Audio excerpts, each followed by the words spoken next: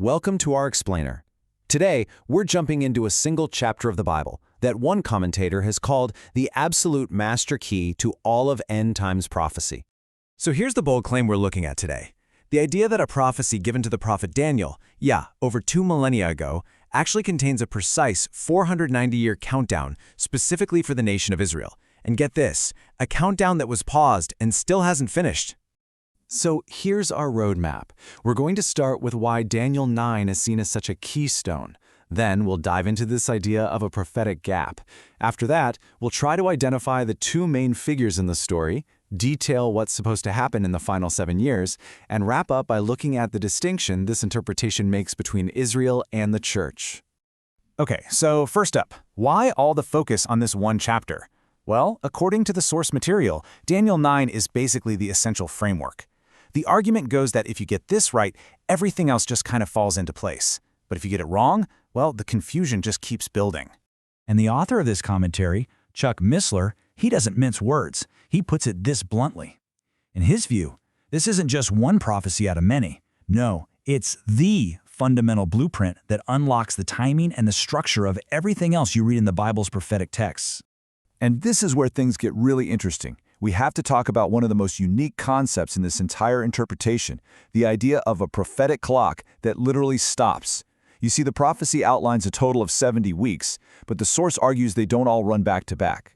So the prophecy lays out this 490-year timeline, but it's structured as 70 weeks of years. The first 69 of those weeks, that's 483 years, are said to have been fulfilled perfectly, all leading up to the arrival of the Messiah.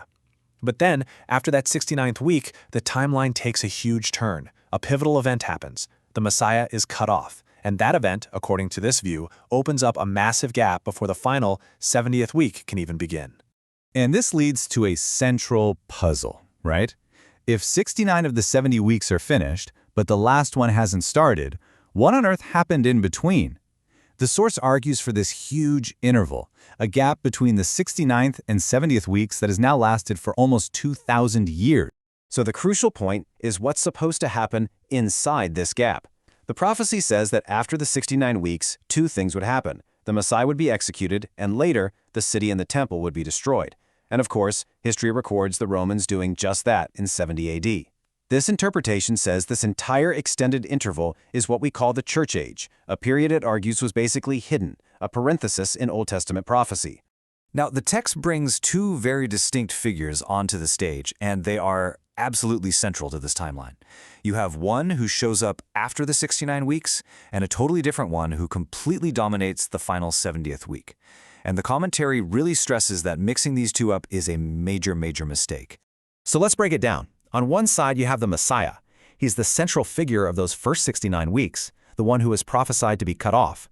But on the other side, you have this figure called the Prince that shall come. And the commentary says you can identify this prince by looking at his people, the ones who destroyed the temple in 70 AD, the Romans. This makes him a future ruler who comes from a revived Roman heritage. And just to be crystal clear, the source identifies this prince that shall come as the very same figure who is commonly known as the Antichrist.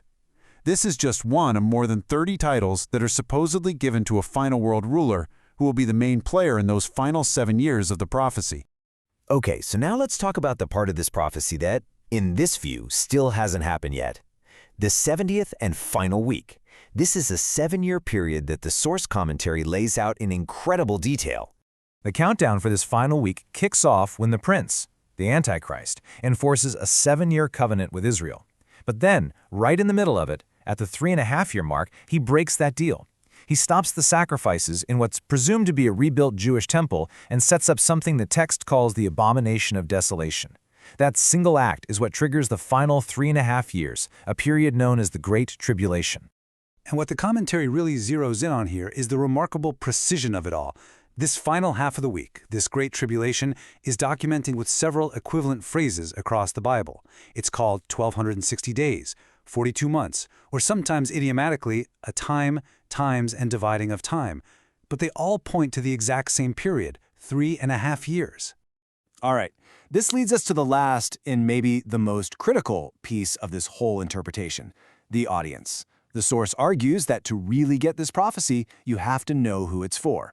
Is it for the church, or is it for the nation of Israel? Because they say it can't be for both. According to this commentary, the entire 70 weeks prophecy is aimed squarely and exclusively at the nation of Israel. The church, in this view, is a completely distinct entity, a mystery they call it, that wasn't fully laid out in the Old Testament. It's the body that exists during that gap between the 69th and 70th weeks. They have different origins, different purposes, and ultimately, totally different destinies. Now, this position stands in really stark contrast to another theological viewpoint known as replacement theology. That's the idea that the church has basically superseded or replaced Israel in God's plan. The commentary we're exploring flat out rejects this, arguing that God's promises to the nation of Israel are unconditional and are still waiting to be completely fulfilled. So there you have it.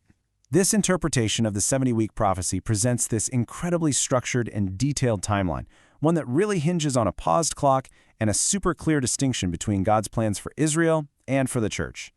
And that brings our explainer to a close, which leaves us with a much broader question. What is the role of prophecy and interpretations just like this one in shaping what people believe in our world today?